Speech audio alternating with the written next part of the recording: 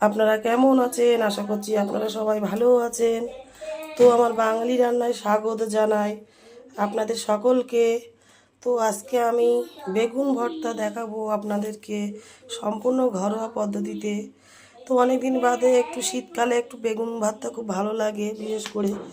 তো আমি সময় পাই না বেগুন ভর্তাটা করার, তো ওই জন্য আজকে ভাবলাম একটু বেগুন ভর্তা করবো বাড়িতে। তো গ্যাসে আমি প্রথমে দেখুন আমি গ্যাসে বেগুনটা পুড়িয়ে নেওয়া হচ্ছে সুন্দর করে।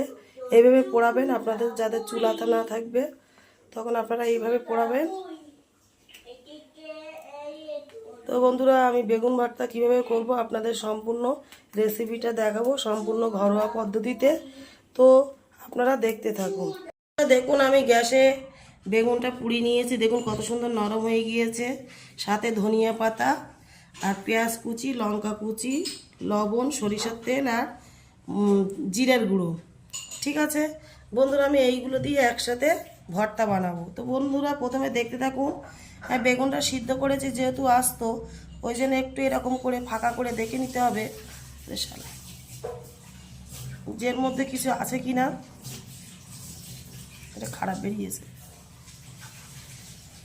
তো বন্ধুরা দেখুন আমি বেগুনটা খুব সুন্দর করে মানে ফাটিয়ে দেখে নিয়েছি বেগুনের ভিতরে কোনো পোকা টোকা আছে কি না। ওই জন্য দেখুন বন্ধুরা এর মধ্যে একদম ফ্রেশ।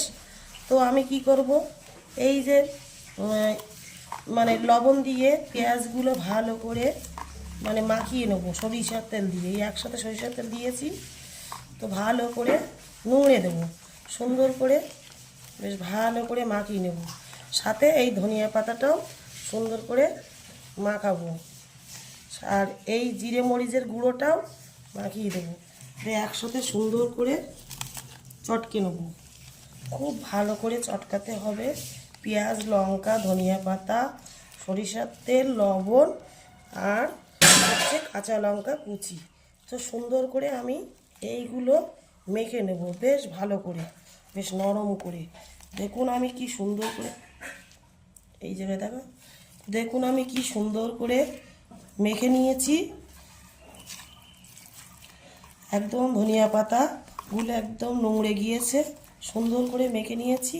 এইবার আমি এই বেগুনগুলো ভালো করে চটকে নেব, চটকে নিয়ে সুন্দর করে চটকে নেব যাতে এর মধ্যে কোনো শক্ত না থাকে, ওই জন্য। তো আমি সুন্দর করে চটকে নিয়েছি। এইবার আমি এই ধনিয়া পাতা, পেঁয়াজ আর এইগুলো যে মুড়ে নিয়েছিলাম সেইগুলো এর সাথে মাখিয়ে দেব।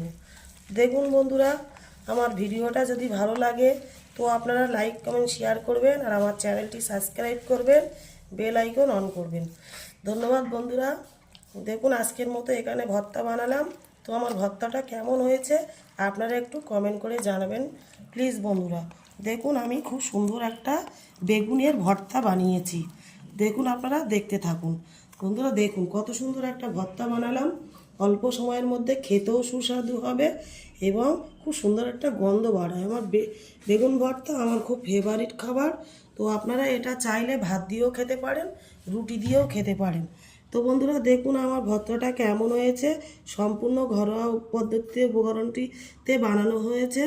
যদি ভালো লাগে তো আপনারা বাড়িতে বানিয়ে খাওয়ার পরে যদি ভালো লাগে তো আমার চ্যানেলটি সাবস্ক্রাইব করবেন আর বেল আইকন অন করবেন। পাশে থাকবেন, সাথে থাকবেন, আমাকে একটু সাপোর্ট করবেন। Tata, bye bye.